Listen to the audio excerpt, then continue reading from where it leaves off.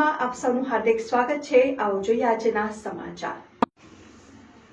ધાંગધ્રા રજત જયંતિ મહોત્સવની કંકોત્રીનો મામલો હજુ પણ સમ્યો નથી। જાહેર સ્ટેજ ઉપરથી માફી માંગવાની માંગ।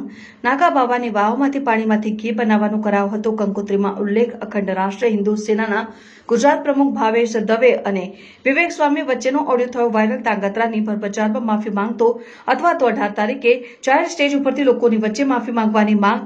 તમને ખબર છે ને કે સ્વામી જોગાસરનો આ કેસ હાઈકોર્ટમાં પણ હારી ગયા હતા, તેમ છતાં પણ તમે આ વસ્તુનો ઉલ્લેખ કેમ કરો છો? તમે સ્વામી અમારા સનાતન ધર્મને વારંવાર નીચા બતાવવાના પ્રયાસ કરો છો। તમારા ગુરુ અને અમારા ગુરુ નહીં, આ તો વળી કેવો ન્યાય? વારંવાર તમારા જ સ્વામિનારાયણ સંપ્રદાયના સાધુઓ આવા બફાટ કરતા હોય છે, એવું કેમ? જો ધાંગધ્રાની બજારમાં માફી માંગવામાં નહીં આવે તો ધાંગધ્રા બંધનું એલાન કરવામાં આવશે। ધાંગધ્રા બંધ કરી સમસ્ત ગામને કથા સ્થળે લઈને તમારી પાસે માફી માંગવામાં આવશે। તમે લોકોએ ગ્રીન ઝોન ઉપર હોસ્પિટલ બનાવી છે, અમારા પૈસા બનાવી છે, તેમ છતાં પણ તમે અમારા ધર્મને જ કેમ નીચે બતાવો છો? રિપોર્ટર મહેશ સોની, ન્યૂઝ સેવન ઇન્ડિયા, ધાંગધ્રા। જય હિન્દ, જય ભારત।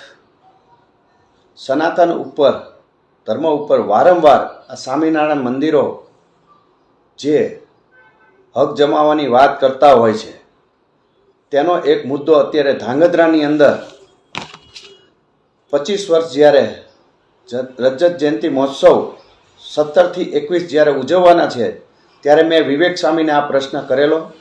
વિવેક સ્વામી પાસે એટલે નરસિંહ મંદિર, સ્વામિનારાયણ નરસિંહ મંદિર, એમની પાસે કોઈ પણ પ્રૂફ નથી અને પ્રૂફ વગર કોઈ પણ આપણે હક જમાઈ ન શકાય।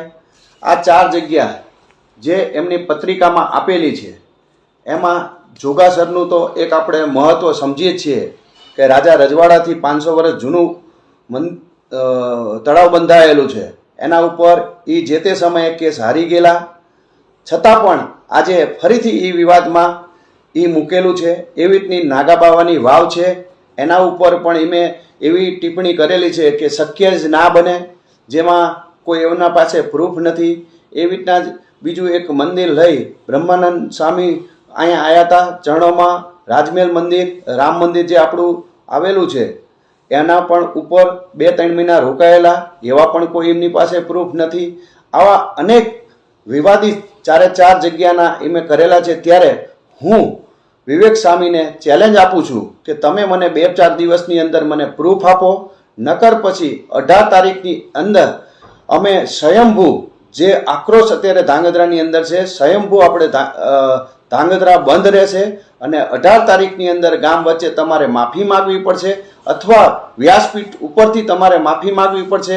હવે લોકેશન તમારે ચોઈસ કરવાનું છે। હું ભાવેશ દવે ધાંગધ્રાની પ્રજાને પણ નમ્ર અપીલ કરું છું કે આપણે વાદ વિવાદમાં ઉપડવું નથી, પણ સનાતન ધર્મ ઉપર જ્યારે આ સ્વામિનારાયણ મંદિરો જે આવા વિવાદો કરે છે એનો આપણે જવાબ આપવો પડશે। અને જો વિવેક સ્વામી પાસે કોઈ પણ સબૂત હોય તો મને આપે તો હું પ્રેસ કોન્ફરન્સ કરીને બધાને દેખાડીશ, નકર પછી 18 તારીખના રોજ એમને ગામની સામે સ્વયંભૂ આવીને માફી માગવી પડશે અથવા 18 તારીખના રોજ એમને વ્યાસપીઠ ઉપર મને સબૂત આપવા પડશે, નકર પ્રેસ મીડિયા સામે એમને 18 તારીખે વ્યાસપીઠ ઉપર માફી માગવી પડશે। ચાલો ધાંગધ્રાની જનતાને પણ નમ્ર રીતે આપણે એક દિવસ ધાંગધ્રા બંધ રાખીએ અને આ સ્વામિનારાયણ મંદિરો જે સનાતન ધર્મ ઉપર આવી રીતના જે વારંવાર ટિપ્પણી કરે છે એ કરતા બંધ થાય અને આપણે પાસે સબૂત છે કે અહીંયા કશું પણ આવું ખોટું ચાલે છે, એ આપણે એને સાબિત કરવા નહીં દઈએ। જય હિન્દ, જય ભારત।